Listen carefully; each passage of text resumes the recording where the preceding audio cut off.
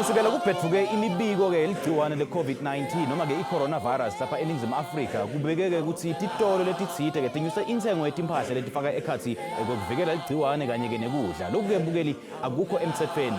Tinhlangano ke letimele ke emalungelo ebathengi setisukumele edulu ke lokhu. Mina ke ngiSimphiwe Ngcongwane kanti leli ilungelo lakho siyanibingelela.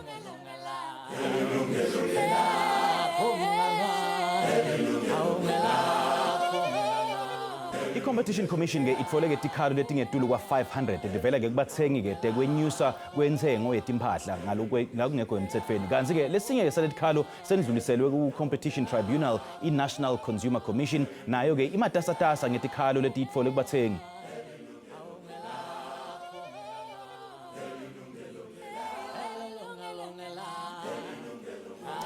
Nyalo ke bekunenikhuluma kabanti ke ngaletikhalo ke kanye nekuthi ke kutawendiwa njani ngalabo ke labatsinzekako asemukele ke ku-Skype Marketers Mabuza lobuya e-National Consumer Commission, and also joining us via Skype is Mage Matlo Setati from the Food Safety Initiative at the Consumer Goods Council of South Africa. Kanti ke elicingweni siba nababe Sipho Mgwema yena ke uvela e-Competition Commission. Sanimukela ehlelweni sanibonani.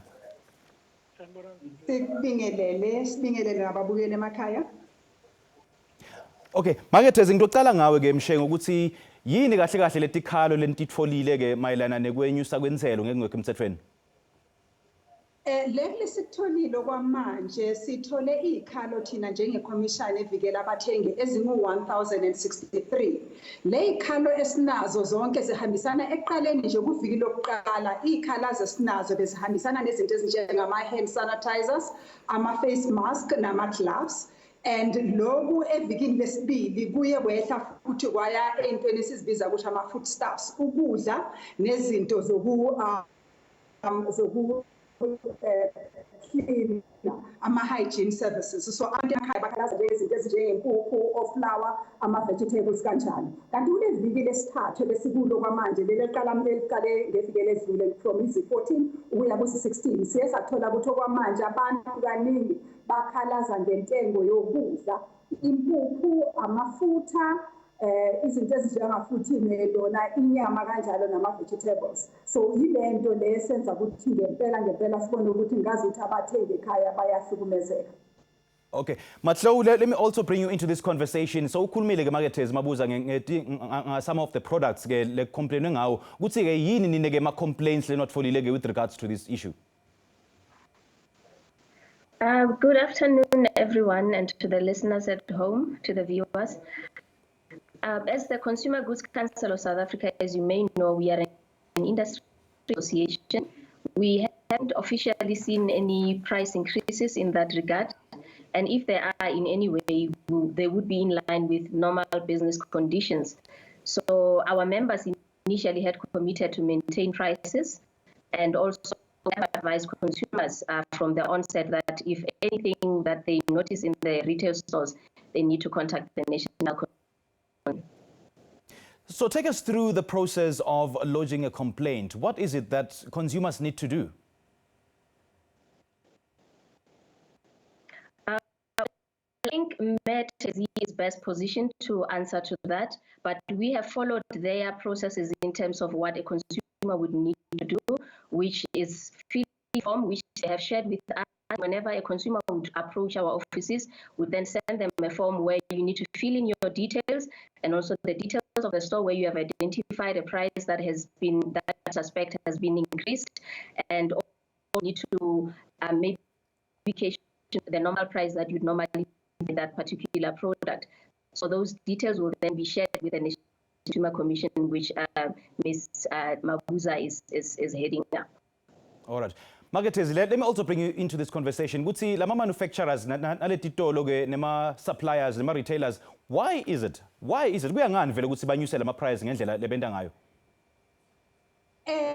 Lokho lesitholile kuba lona kuma suppliers ethu lamanyeni ukuthi they would say to us ukuthi the suppliers themselves lapha labathenga khona manani ayaye anyuke. Ngikho nje na ubuke kulomthetho lona lovikele bathengi kanjalo uyaye usho ukuthi we looking at into letimfoka ukuthi siyaye sibuke back from December sithi sicala kwakhe ukuthi bothengisa uthenge ngamalini wathengisa ngamalini, i-profit yakho ngamalini. So labanye basitshela ukuthi bona they were running ama-specials from ku-December kuye kufike njalo ku-March. Then kwathi nasekufika le corona nje sesiyamangala ukuthi ama-specials akhona ayaye aphele. But nje ukuthi nasi-investigator sifuna nje ukuthi umuntu asinikete lokhu nakanako lekubangela lokuyimbangela ukuthi ngempela nje kuye kubangelwe yini. But kulaba lesinabo laba lesi-investigatile kubo asitholanga nje really lokhu lekuphathekayo ukuthi lokhu lekubangela ukuthi manani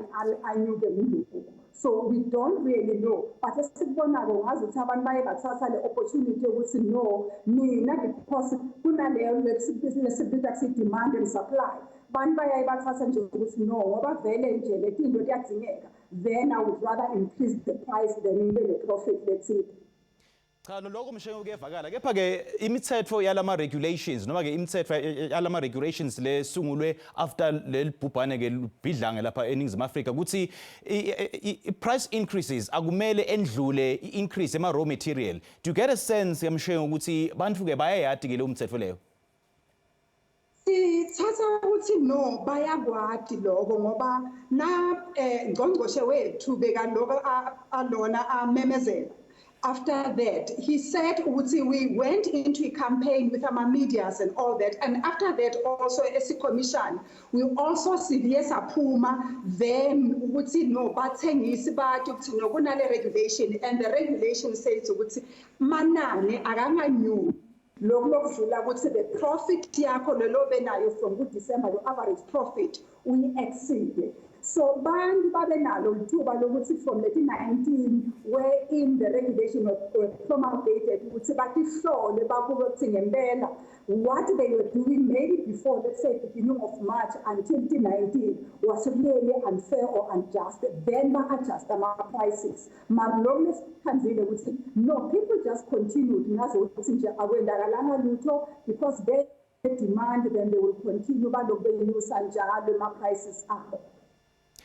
Okay, Mshengo, most of these complaints have been leveled against these big retailers, about these big franchisees. But uma ngabe mina ngitiranela nje spaza shop sam noma ne supermarket yami not under any franchise but nje store sam nje lengizitiranela dona nemndeni wami ngakhona ukunyusa ema price ngendlela lengifuna ngayo. Lo mthetho awusho ukuthi wema-retailers kuphela, usho ukuthi nanoma ngibani lo lakathengisako. If uyathengisa in the ordinary course of business, vele nje ibhizinisi lakho lekuthengisa ispaza shop noma ngabe nje isitolo nje lesinjani, akumelanga lo mthetho uyafana wonke umuntu. So lokho lesisho kona ke ukuthi njengawe nangabe vele ungusomabhizinisi lakakumela ukho ku-franchise ukho ku-retail, lokho lesifuna kukwadi ukuthi nangabe bewuthengisa, let's say bowuthengisa insipho ngoFebruary, insipho yokwasha buso noma yokwasha tanzi, bekungu-10 rand. Then that would mean ukuthi profit yakho seze bekungu-4 rand. Kumele nje le profit yakho iqhubeke njalo ungathathi ukuthi no ngoba manje abantu bayayidinga le nsipho yami then nasengawukhuphula after kuba nale gciwane ngawukhuphula ku-6 rand. Lokho kusho ukuthi wena nje sowusebenzisa le gciwane ukuze kuthi wena utiganyise kanti thina sibe siloku sikhale emakhaya. Okay, let me also welcome Sipho Mgwema from the Competition Commission. Baba Mgwema, sakumele ehlelweni sawubona. Sabingelela sanibonani and siyabonga ukuthi sesihlelweni. Siyabonga ukuhlanganyela nathi Baba Mgwema. Take us through the kind of complaints that the commission iwatfolile with regards to the lockdown regulations and the coronavirus. Ama complaints or izikhalazo sesifumeneyo ezihlangene okanye kule meko yonxunguphalo edibene ne-COVID-19 zizinto ezibalulekileyo okanye ezidingekayo xa kumele kulwe i-coronavirus. Ezinto ke sithi zi-essential hygienic items ezifana ne-sanitizers, ezifana ne-masks, yakho ke ne-toilet paper, kwakunye kunezinto ke ezidibene nokutya abantu abaza kunida, ukutya okufana neziqhamo kwakunye nemifuno. Loo nto ke ibangela into yobana ke iqananazi i-investigations zethu malunga nezi zikhalazo, kodwa ke ubuninzi becala iba zezi zifunekayo ngakwicala le-health hygienic products okanye ke zikhona nezidibene nokutya amaxabiso okutya okuthile okudingekayo athi anyuke ngokumandla okukhulu. Akhona ke ama-retailers babengwena lakhala ngekuthi no ngoDecember kube nema-promotions kube nema-special amaningi, so they're trying to cover that gap. Ukuthi bona are they justified?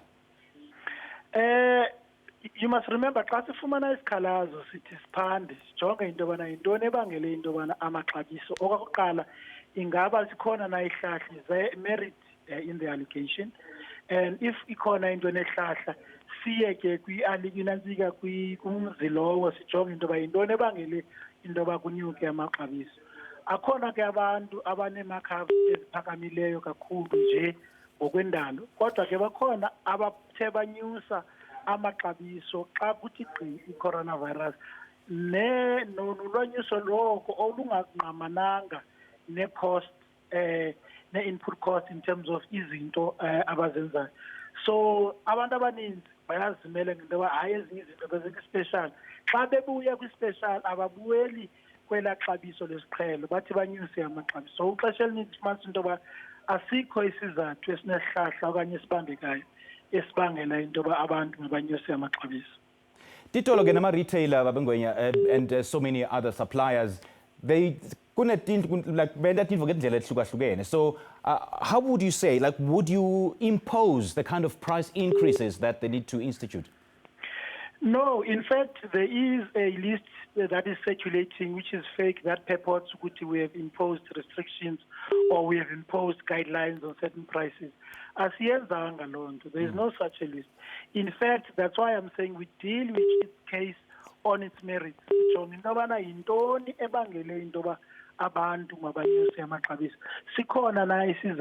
cases where there are sensible reasons why people have reasonably increased prices, but also there are many cases where there is no reasonable explanation. In fact, in some cases, abanye banyusa nange 1,000% kusukela mhlambi kuphela kuka February, around February uyatsho kuMarch.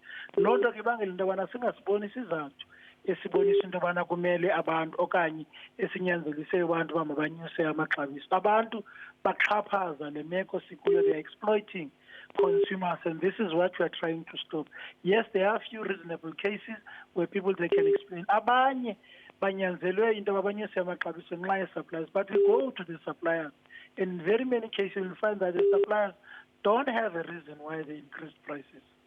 So how then do you monitor inflation yema-price? Ngaphandle kwetikhalo lentitfolile ke kuma-consumers, ni monitor kanjani ke i-price inflation? Ukhumbule ukuthi we have economic analysts who are looking at the economic situation of prices, and they will give us reasonable expectations in terms of prices kumele zinyuke kanjani. You must remember, certain commodities are as a result, they increase prices as a result of certain movements. So there are sensible reasons why you may have movements in terms of prices. So we are monitoring on a daily basis those kinds of things. But we have also seen the kind of price gouging that is coming with the advent of the coronavirus. And that is what we are monitoring very closely, and that's what we are clamping down on, because it's unreasonable, it's immoral, it should not be taking place. People should not be exploited because they're going this crisis situation. Okay, Babungwenya, sicela uhlanganyele nathi. Please stay on the line. We'll certainly continue this conversation. Matlo, I hope you're still with us. Please confirm if you're still with us. I'm still with you. Okay, great. Now, there's been concern with regards to some of the homemade products. For instance, hand sanitizer. Khona ke labatakhela yona ke hand sanitizer in their backyards. Noma ke insipho yegeza, noma ke insipho yekwasha. Khona ke labatakhela yona. Ukuthi would you advise those people to impose prices of their own? Well, as from the Competition Commission and the National Consumer Commission have already said, we have capable law enforcement. Also, the sanitizers that they are developing, they must know that they must comply to what we call the SABC standards, that's the SAN standards, which are enforced by the NRCS and SAPRA from the Department of Health. So anyone that does anything in their own space, either on price, either on the quality or the safety of that product, they need to know that they are responsible for anything that might happen to the consumer that uses that. So any price needs to be set up in a manner that is not damaging, or it's having a knock-on effect to the consumers. So everyone has to take that responsibility. Either you're doing it at home or you are selling it at a retail store. Everyone, the law applies to all of us. All right, Matlo, please stay on the line. We'll certainly continue with this conversation after this break. Number of ungashala kude beginning 0117146918 noma 0117146919. These are participation lines. Once thumela futhi ne-SMS ku 33721. Sikhona futhi na ku Facebook. Kwanyalo ke asathatha likhetho siyabuya khona nyalo.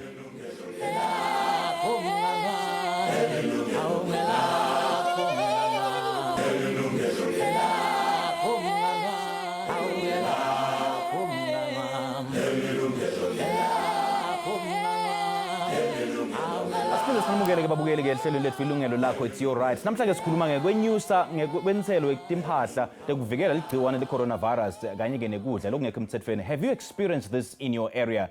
Do give us a call. The number to call is right on the screens right now, 0117146918. Let's take our first caller. Sinamxolisi ulapha e-Eastern Cape. Sakumele lihlele sawubona. Molweni bhuti. Yebo siyaphila kunjani baba? Hayi siyaphila baba. Siphilile baba, khuluma nathi baba. Nakona? Siphilile, khuluma nathi baba. So khuluma ngomxolisi kaZali. Siyabonga. Khuluma nathi baba. What's on your mind? Hayi akhonto bhuti mama nasiphilile thina manje ngicela ubusa man apha yabona. Lapha eEastern Cape uyabona.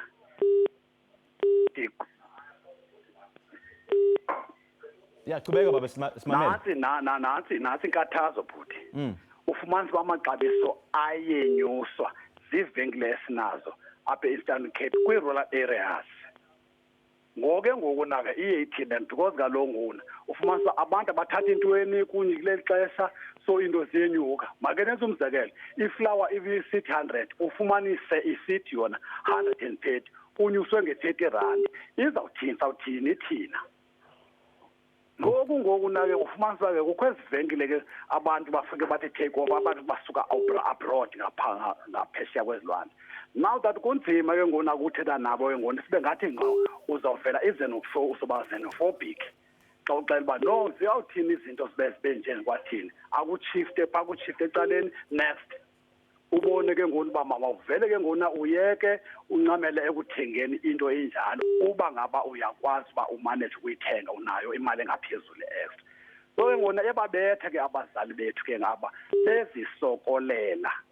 Ngicela ke ngona ke babe khona ke abantu inspectors ezihambe zitshekishe uba ngaba amaxabiso lona ase right na wona. Mandimapha ke mhlekazi. Mxolisi, just before I let you go, ukhuluma ngamaxabiso ukuthi anyuswa more especially by foreign owned shops. Kepha ke lokho ke ngasho ukuthi akusilo iqiniso ngoba it's across the board. Titho letiningi like all over South Africa ngibo ke laba accused of hiking prices. Kuthi ingabe is that what you've seen only in the Eastern Cape?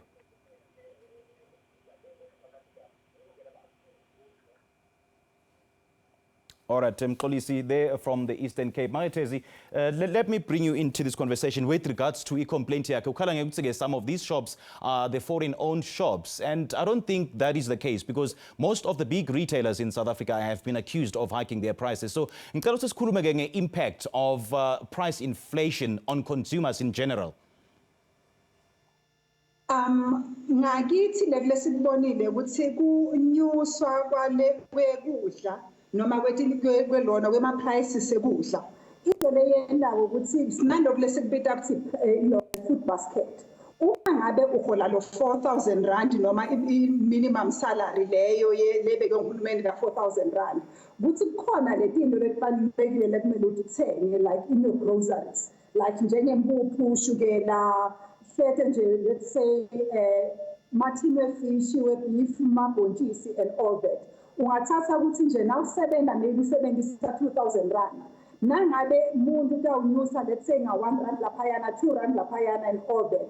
Utathola ukuthi kulokhu bekumele ukuthenge kule list yakho ema-groceries kukhona lokhu bekuvele kusilele. then bantu bayaye bathathe ngokuthi no ngizawuthatha lokhu lekubalulekile bese impuphu nashukela nethini lefish maybe namabhontshisi lokhu lokunye kufana nakuthi insipho noma into lekidurako kanjalo nama-sanitizers all that kusho ukuthi kunabantu laba labaswelako lokho kusuke kungasabalulekanga lokho kusho ukuthi nakunyusiwe ama-prices labantu laba labaswelako that kumele ukuthi bona letinto insipho zokuvikela njengama-sanitizers kanjalo okuvikela legciwane they cannot afford them and lokhu lesikubonile kukhona abantu abafike kitolo afune umuntu ukuthenga let's say 12.5 yempuphu because akakwati ukuyi-afford then avela athenga i-5 ayisalingani le mpuphu sekumele aya yocela kuhulumeni ukuthi badla sengiyalamba ngicela nje ukuthi kube nema-food parcels so lokhu kushaya kakhulu kulabantu bebahluphekako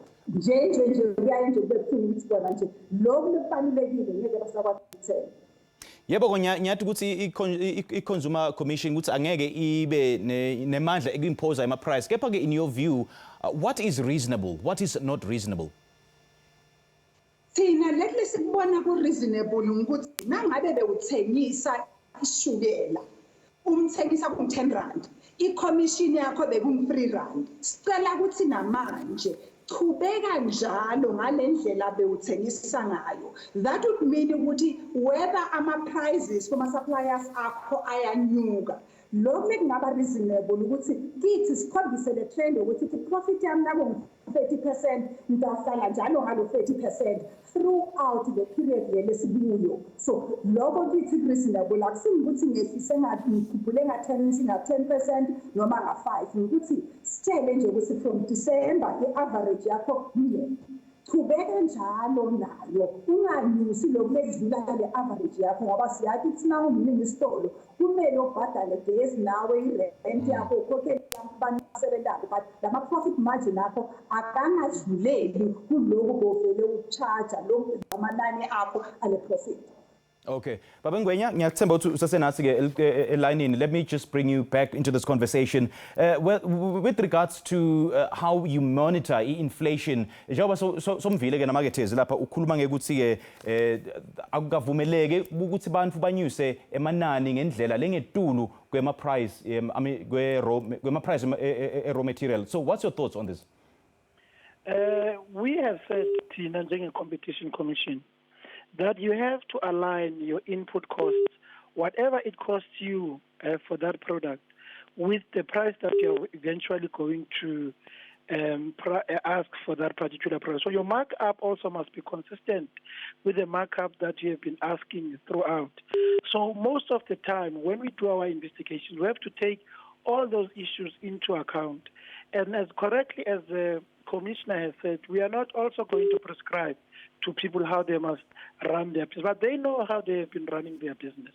They know the fairness that they have been adopting when they do and run their business during normal times. And that's the expectation, that you do not want to profiteer now.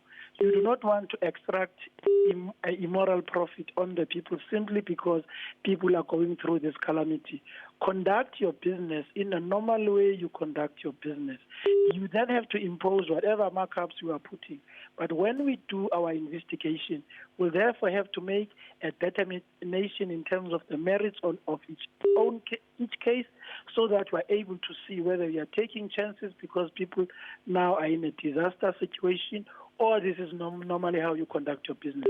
We took those decisions with regards to the merits of each own case. All right, thank you so much for that. Please stay on the line. Let's take another caller. Zibuyile ulapha eThokoza. Sekumele uhlelo nisawubona.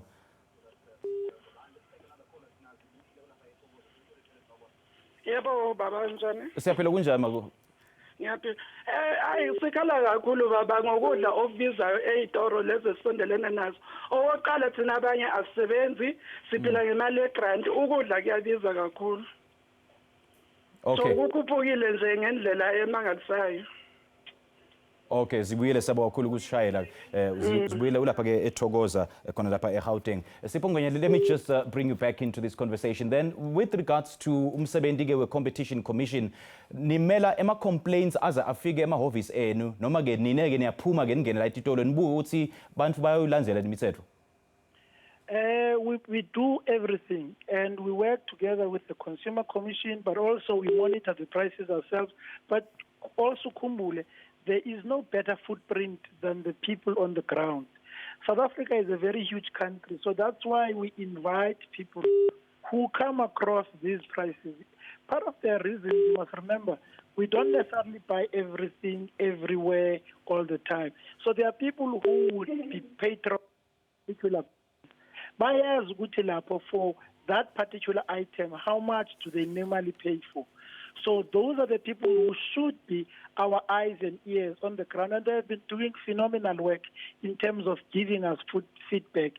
So yes, we have people who monitor prices, but they can't beat ordinary people laba base on the ground abazosiza ukuthi bona, because yibo laba ababhekena lama prices. Ozakwethu lawe befona manje besitshela ukuthi banenkinga nama prices.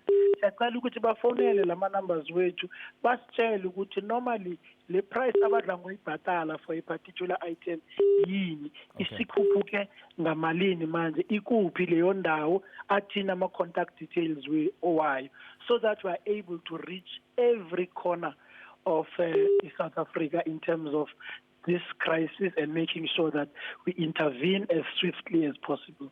And the numbers are on your screens right now. Sipongwe for raising that point. Please stay on the line. Now again, Matlo Setate from the National Goods Council of South Africa, and Tezimabuza from the National Consumer Commission. 01171469118 noma 01171469119 wasithumela futhi na SMS ku 33721 noma ke umbeke umbono wakho ku Facebook. Kwanyalo asasithathele ikhefu.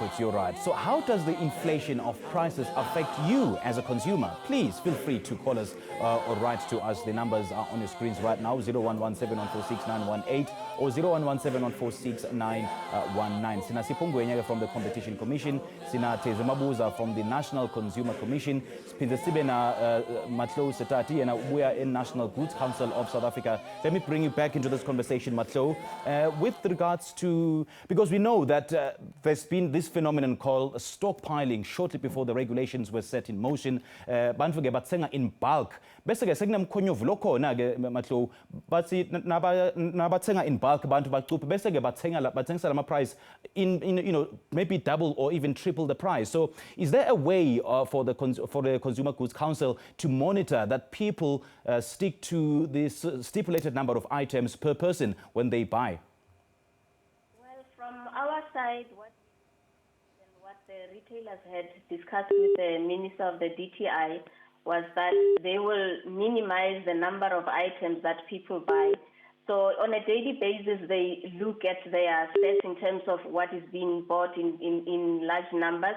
So they'll try and manage those products so that we can share the products as South Africa. So they are doing their best in terms of managing that as they had promised initially. With regards to what Matlo has just said, in Zabage stockpiling, would say ikona indlela ikumonitor ukuthi cha abantu nabo abayekele ukuthenga kanengi Tezimabuza phecelezi stockpiling ngoba babese badablisha lama price. Tezimabuza, are you still with us? Yebo ngikhona. Okay, yeah, with regards to response yamatlo kunanaku lekuthiwa ke stockpiling bantu bathenge ema price bacuphe bathenge in bulk bese ke baphinze bakuthengisa double the price. So ikona indlela, because I think nabo the consumers themselves are guilty or are complicit of hiking the prices. So ikona indlela ye commission yekumonitor leyo nto leyo. Njengekhomishane asikumonitori lokho, but kukhona indlela ku-regulation lele bekiwe enela ukuthi ama-suppliers ethu anako ukuthi they can actually limit items la athenga i-consumer ngayinye. So nangabe kuma-sale, i-supplier yakwazi ukuthi no, for this item yakwazi ukuthenga 1 or 2 because iku-sale. Nalapha-ke kule-regulation, ngqongqoshe ushilo ukuthi ema-suppliers ethu banako ukuthi balimite ema-numbers items le i-consumer ingathenga ngayinye. So now yakutitolo letikhulu kanjalo utawubona nje ukuthi kukhona lapha lokuthi nawo ngabe uthengele kulokuthide, then they will say ukuthi you are only allowed to take 4 items or 6 items in this, 6 units for this item. So lokhu kukhona, but thina njenge-commission, we are just saying ukuthi ema-suppliers, they can do that, and we know ukuthi bayakwenza lokho. Njengamanje nje sinema-field workers, kukhona i-company lethide lesisita-ke ekutheni it should go on the ground and check even ama-prices kuma-shelves, iphinde futhi i-check-e nokuthi ama-retailers ethu ayawulandzela yini lo mthetho lolo sobeke umngqongqoshe i-regulation 350 kanjalo. We've got another caller, Snamalusi lapha eKZN. Sakumole ehleleni sabona.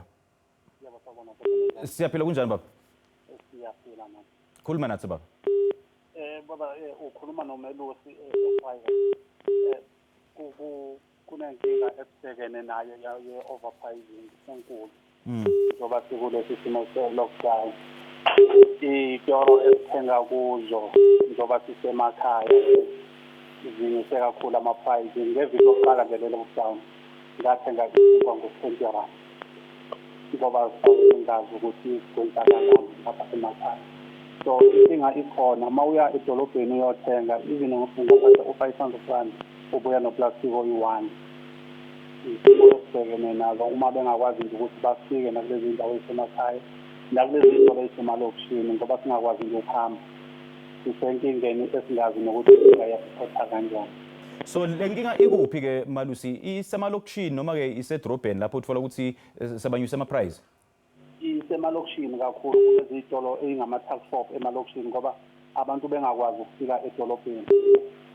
So iy'tolo ezisemalokishini abanayo i-option but ukuthenga kuzo. So izona ey'nyusa kakhulu ezingeke zinga-reporteki futhi because namuhla ufica ukuthi isi-ownwa yilona kusasa si-ownwa yilona. Okay. Malusi, Efrahead Natal semakhulu kusishayela. Sipongwenya-ke from the Competition Commission, I would like you to take on this point ngenzaba yokuthi le inzaba yema-price hikes ikakhulukati ilapha emalokishini compared to emadrobheni. Emalokishini-ke there's a bigger group of vulnerable people with regards to the unemployed, noma-ke bogogo-ke labangasebenzi, ema-pensioners. Ukuthi are you focusing mostly on the urban areas or the rural areas in your clamping down of price hikes? Ngiyabonga Simply. Ezibengishilo ekuqaleni thina asina big retailer, asina spaza shopanyana. If umuntu uyareporta kuthina usinikeza ama-details and sicela futhi-ke ezibengishilo earlier asinikeza ukuthi ikuphi le ndawo, athina ama-contact details wayo, ithini amagama umuntu lo unalapho so that we can make contact. And those abanama-slips babagcina ama-slips wawo okanye basithumele kuthina so that when we confront those people okanye when we do investigation masiphenya siyazi ukuthi sinawo onke ama-facts on our side. So very many of the ones that in fact were finished already involve lezo amashishini amancane because it's easier to investigate bona abanama-branches amaninzi operation nje ekwindawo eyodwa, so it's very easy to intervene and intervenile ikhathini eyiningi abantu babuyisela imali yabo. There were remedies that were imposed on some of them. So anyone ombonayo ukuthi unevenkile noma ikuphi ukhuphule ama-prices and ama-prices wakhona akhupheka unreasonably, sicela nisitshele thina-ke sizophenya and we'll be able to clamp down kulo abantu labo. So kule statement lenisithumele sona-ke ukhuluma nge-price fixing, allocation of markets and bid rigging. Naw ungasichazela kabanti-ke babengwenya in simple terms ukuthi yini lo lebe nikhuluma ngako nekuthi-ke bathengi ba-affecta kanjani? Isikhathi esiningi masikhuluma nge-price fixing uthola ukuthi abantu abathengisayo abamashishini bayahlanganyela bebodwa benze ama-meetings asebumnyameni bavumelana ukuthi yiphi i-price abazokuyi-charge for a particular item. So local ke futhi accompeted. You must remember abantu abacompetayo, they are also supposed to compete on prices so that the consumer is able to choose in terms of quality, in terms of better prices. So ama businesses ekumele ukuthi acompete angahlangenanga anga-ownwa umuntu omunye, ahlangane akhulume acaucus ukuthi abantu bazobabiza mali in terms of those prices. Lokho yiloko sithi collusion, bayacollude, bayasebenzisana ukuzama ukucharge okanye allocate ama-markets ekumele bona basebenze kuona. Lokho ke akukho emthethweni. Kodwa isikhathi esiningi manje kule crisis ekuyona esikubonayo ukuthi yiloko khulume ngakho wathi inflation of prices, pricing which is price gouging or excessive pricing. Futhi ke kunaloko kumentionile earlier, the hoarding as well. Laba abantu bahambe beyokuthenga izinto bazigcine ekhaya. Lonto ibangela i-panic buying, ebangela ukuthi futhi ke laba bamashishini bakhuphula ama-prices because babona ukuthi demand iningi. Esikwaziyo ke nesesikhulumile laba ma-retailers ukuthi there is enough food for everybody. There is enough in terms of essential items. People don't need to panic. They must buy as much as they can in terms of their daily living, but they don't have to stockpile. They don't have to panic buy because there will be always enough stuff for everyone. All right, siyabonga kakhulu ke for lelo phuzu lelo. Let's take our next caller. Sina Thulani ulapha eRichards Bay. Siyakumole ehlelweni sawubona. Yebo sawubona baba. Siphilile kunjani baba? Sikhona baba singezwa ke. Siyaphila. Khuluma nathi baba. Yebo, nginesikhalo baba la. Iproblem yethu la eRichards Bay sinesikhalo sokudla ngoba ukudla kusuka kuphezulu kakhulu. Ezitolo eziningi njengo Pick n Pay, Shoprite, ama-price awafana suka ephezulu lokho sikhala ngakho baba. Okay, so ngumaphi nje ama-items lo khala ngekuthi-ke banyuse kakhulu ama-price? Tinifo tekugeza, tinifo tekuwasha noma-ke kudla? Insipho yokuwasha iphezulu kubese kuba ama-braai pack, ama-5 kg chicken aphezulu kakhulu 108, 160 izinto enjenganalezo esikhala ngazo la Richards Bay. Esicela ukuthi uhulumeni angenelele kakhulu baba. Okay, siyabonga kakhulu Thulani for that call. Makethes mabuza ke. Let me just bring you back into this conversation. Njoba sosibona ke excessive price that have been instituted by these retailers, and it's highly unlikely ukuthi batowehlisa lama price. So how will that in the long term affect consumer? Lokho lesikubonako ukuthi nangabe vele lama price ahlala anjalo, kusho ukuthi bantu labanyengi ngeke bakwazi ukuthi bathenge what is basic food. Lokho kusho ukuthi bantu abanyengi bazohlupheka cobo. So but lesiyibonako ukuthi nangabe sitawuqhubeka siloku simonitora lama prices, and then thina njengama-regulators ukuthi sithathe inyathelo lelifanele against those people. Ma-prices bantu batakuvela nesikhumba I think so ukuthi they will have to ukuthi ma-prices lamanye ehliswe, but ngiyathemba ukuthi njengahulumeni maybe nangqongqoshe we will be looking at this as some advice ngqongqoshe nangabe kumele bekhona into leti side where maybe they'll have to regulate ama-prices, maybe they will go there, but siyathemba ukuthi bathengise emakhaya batawuvisisa ukuthi after this rush naseseyidlulile then ama-prices nasilandzela nje the curve yokuthi demand and supply, then nangabe sekukhona titolo letinyeni letivuliwe then ma-prices atokwehla nje naturally through the law of economics. All right, siyabonga kakhulu. Asithathe ikhetfu lethu mbukeli siyabuya khona nyalo.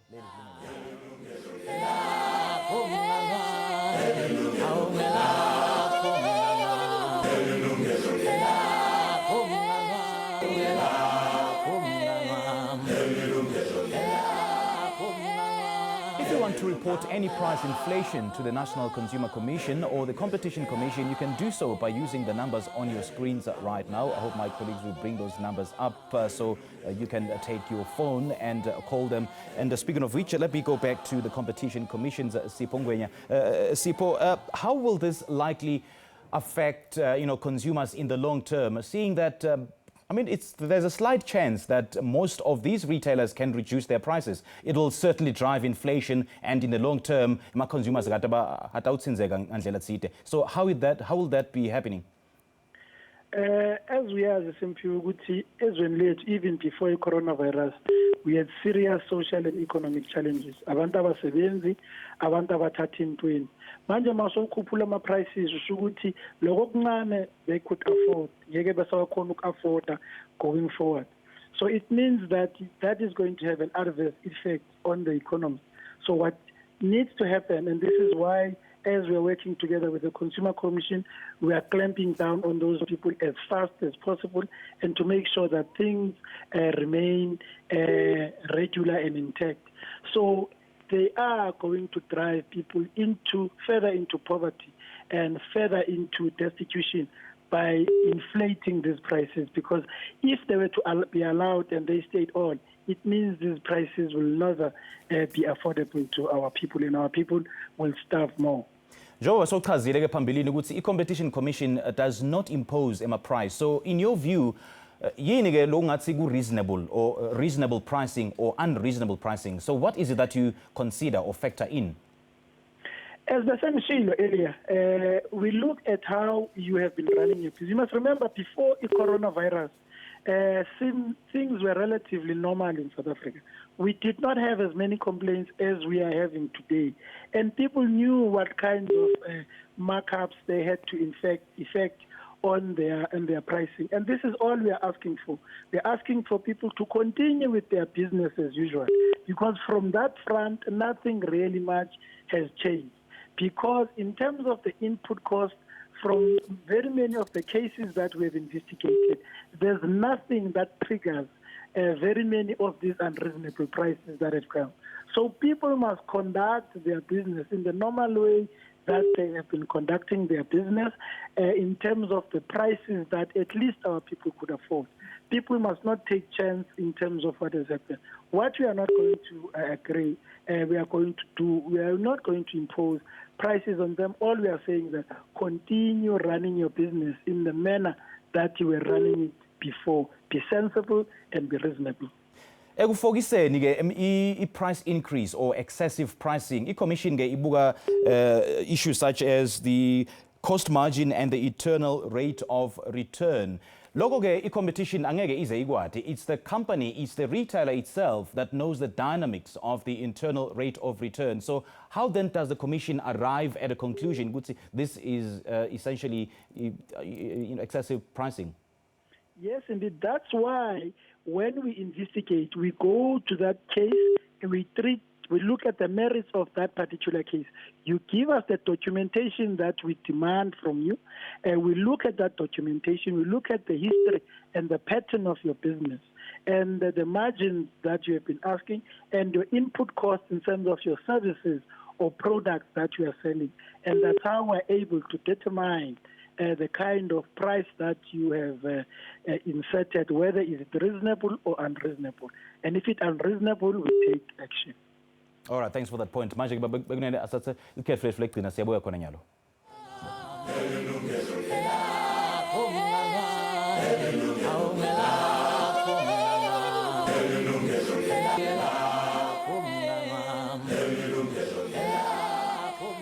Welcome back, everybody. Asikuqhubela ke indzaba yethu namhla mbukeli ke. Let's now go back to Matlo Setati from the Consumer Goods Council of South Africa. Matlo, just in wrapping up the show, what is your advice to all consumers with regards to the issue of price fixing or excessive pricing? Well, as the Consumer Goods Council of South Africa, working closely with the manufacturers and retailers, we are here to people in providing their necessities in terms of food products and cleaning products. And must state that we do not advocate for retailers taking advantage of a situation to increase prices without justification. So we agree with the two commissioners, as they have already stated, that any consumer that notices that prices have been increased, they need to report them accordingly. All right, Maretezi Mabuza from the National Consumer Commission. What are your final thoughts as you wrap the show, Mark? Mina bengifuna ukuthi kubathengi emakhaya siyabonga lokuthi they have complained, and then siyalandzela lama complaint abo bantu we are busy siyaphenya njengamanje. Last week nje khona abantu lesibathethe sabadlulisela ku tribunal ethu last week. And then now this week isizawuchubeka njalo sicela nje ukuthi bathenge emakhaya bachubeke njalo balokhu bacomplaina ku toll free number yethu. Lokhu sikusho kakhulu kulabantu lebasemakhaya nesemalokishini because we know ukuthi abanawo ama email addresses and all that. Sicela nje ukuthi basebenzise le toll free number basikwazi ukuthi basitshele ukuthi lamanani lebacomplaina ngawo ngumaphi manje kubalulekile ukuthi they should stay safe but bathenge etindzaweni lapha lephephe khona as well. Ukhulume nge-toll free number, kepha ithini le toll free number ma? Le toll free number lesikhuluma ngayo 0800 014 880. Ngiphindze futhi 0800 014 880. I-toll free number lokusendela abogogo nabo-aunty lebakhona nale emakhaya ukuthi please ungasebenzisi i-airtime yakho sifonele then sidawuthatha tonke imininingwane yonke lesifunako ukuze ukuthi sikwazi ukuthi silodge i-complaint yakho. All right, Margaret Mabuza from the National Consumer Commission. Siyabonga kakhulu ukuhlanganyela nathi. Sisayicucumbela ke le nkundla yethu lapha siphongwenya from the commission or rather competition commission. Sichazela kabanti ke ukuthi ikhona indlela i-competition commission yakwenta show noma ke nekuba nesiciniseko sekuthi bonke abantu emakhaya in particular who don't have access to media, who don't have access to social media, labangayadi ke lemithetho ye excessive pricing ukuthi bona ke batsheleka kanjani? Siyathemba ukuthi abantu bakhona banalo manje ulwazi lokuthi mabebona ama prices akhuphukile ngabona ukuthi lama prices akhuphuke kakhulu bafonele le number bese kunikezile 084 743 0000 084 743 0000.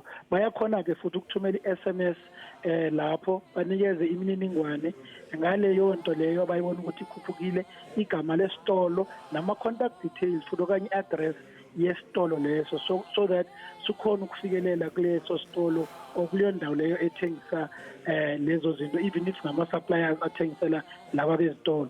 Siyajabula ke sibulela ukuthi abantu they have been indlebe zethu namehlo ethu on the ground and were able to intervene as early as possible in this situation and revert prices to normal. Sibonga kakhulu kubaphulaphuli. Okay, Sipongwenya from the Competition Commission. Siyabonga kakhulu ukuhlanganyela nathi kanye ke na Mabuza from the National Consumer Council kanye na Matlo Sitati from the National Consumer Goods Council of South Africa. Thanks to you three so much for joining us. Sibonga kakhulu. Siliphetha kanjalo ke lihlelo bekunene ke namhla. Many thanks to our guests for coming through and for their time. And sazayibonga nani babukeli ngekuba nathi lo lihlelo kuze kube nginyalo. Please join us again next week for yet another live consumer affairs discussion from Miss Mpiwe Ngongwane and the rest of the team. Have a blessed week. Yilungelo lakho